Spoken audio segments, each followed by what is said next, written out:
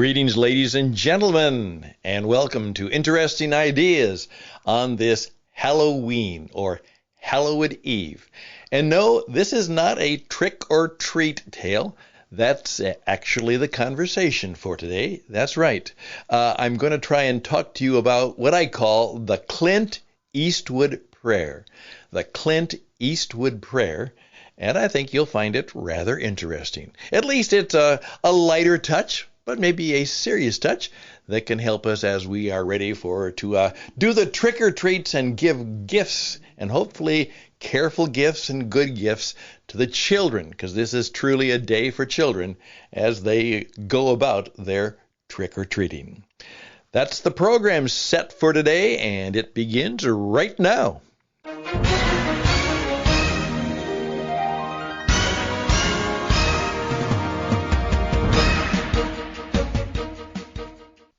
Halloween always brings back some good memories, and actually not about my youth or about my being young, but as a young father with young children, I remember how excited our children were.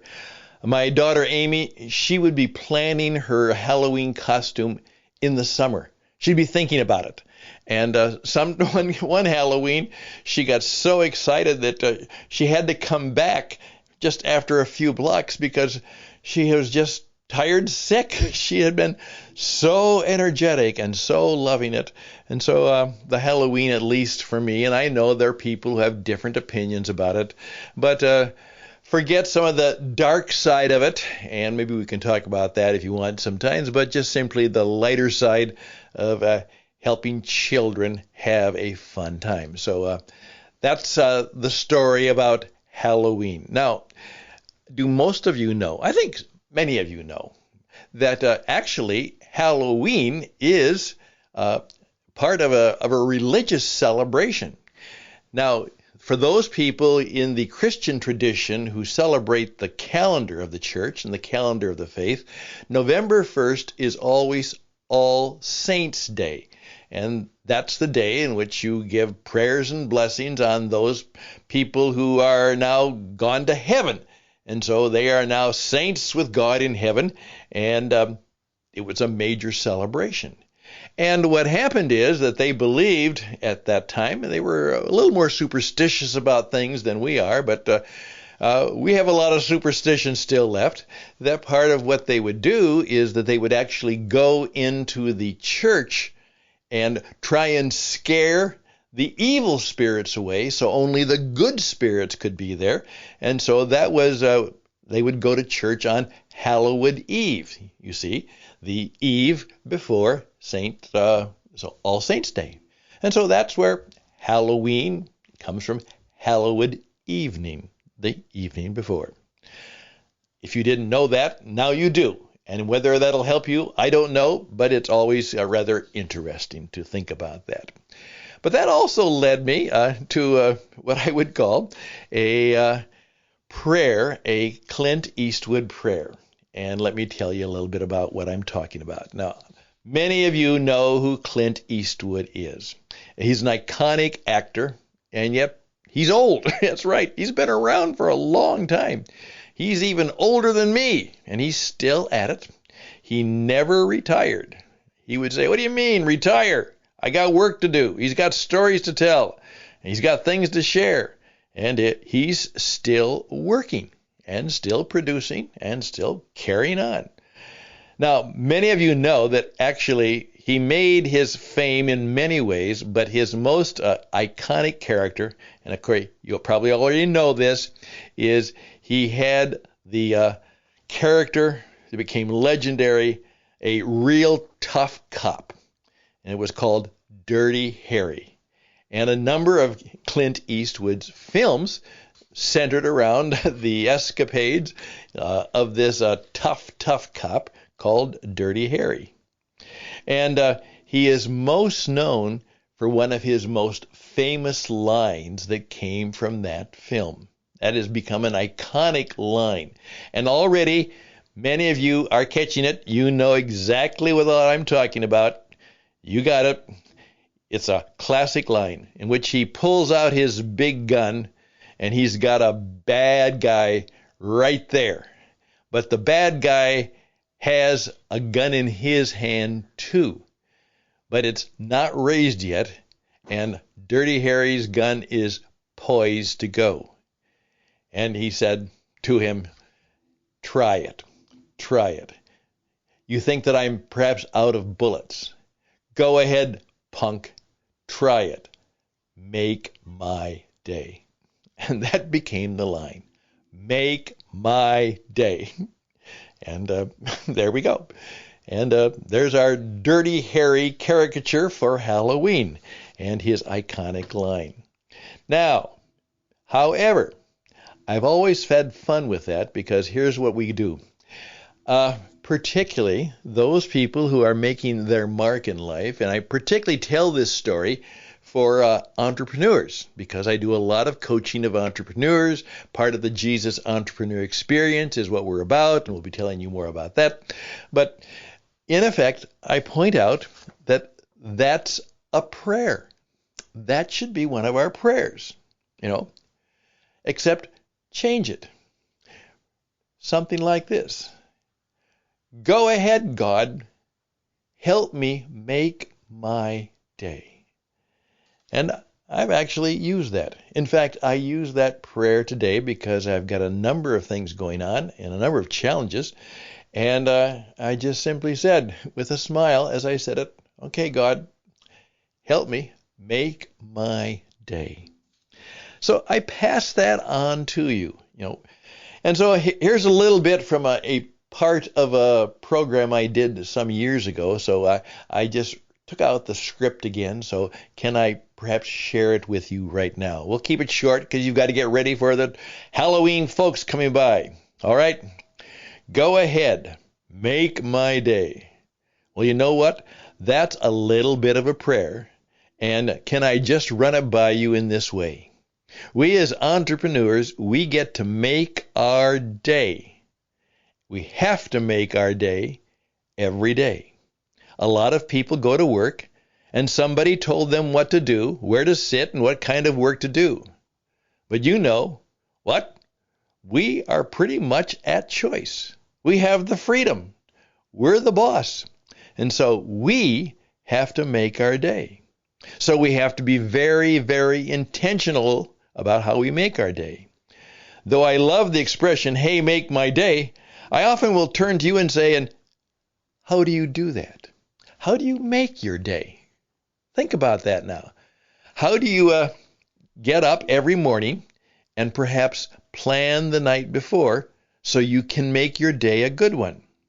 And there's a little bit of a related prayer also to that. You've probably heard it before. Ever heard, "Give us this day"? Give us this day. Well, that's the Lord's Prayer, isn't it? You're just simply saying, "God, make my day. Give us this day and give us the bread, the resources, and the things we need." Right. And you've probably heard that when we say, "Give us this day," because tomorrow we don't know what's going to happen. And perhaps God would say to you at the end of the day, "Hey, I gave you the day. How'd it go? I gave you the day. How did it go? Did you do well? What are you going to do better?" So one of the things that is really important to me right now in terms of learning how to live at this age and stage is to actually use the Clint Eastwood line as a bit of a prayer. Make my day. I've got plans. I've got goals. And some of these are so intentional, like I make sure that my desk is clean the night before. Actually, what I do is I make sure that when I get up, I've got a big glass of water. So as soon as I get up, I drink a big glass of water because when you sleep, you dehydrate. And that also makes the fact that then when it comes to having a cup of coffee, I've already had a bunch of water in me, so I drink less of the caffeine drug. And then as I go through the day, there are a number of things that I simply try and do that I'm very intentional about because I have to make my day. So, can I just encourage you? All right? Think about it. First of all, please keep in mind, praying is important. Also, keep in mind that breathing is important. In fact, learning how to breathe is also a way to learn how to pray better. That's right. We'll talk about that. See, I've got all kinds of things I want to talk about this, but we'll get there. So that's the part for today. There is a Clint Eastwood prayer, and that's it. We can just say, make my day. And then we seek the ways to live out intentionally and with purpose, plan, and direction so that literally every day, no matter what happens to us, in some way we can make it a good day. That's right. As you start your week, think about that from now on. The dirty, hairy line. God, help me. Help me make my day. Just a little hallowed Eve thought for this Halloween Eve. I'm Stan Houston. These are, I believe, rather charming and interesting ideas. We'll be right back.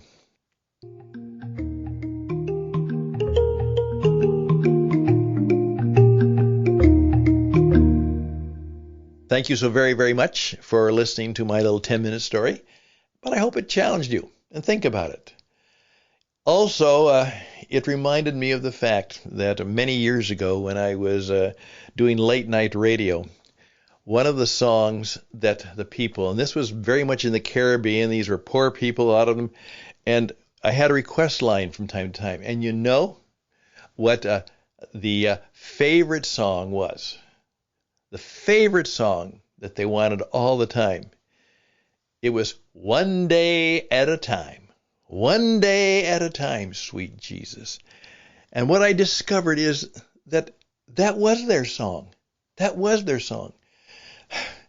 They literally had to learn to take each day, one day at a time. What my friends in AA often say, give me one more day of sobriety. And they get up the next day and say, give me one more day of sobriety. One day at a time. And there's the real truth that, you can't live in the past, and you certainly can't live in the future. You can only live right now. One day at a time.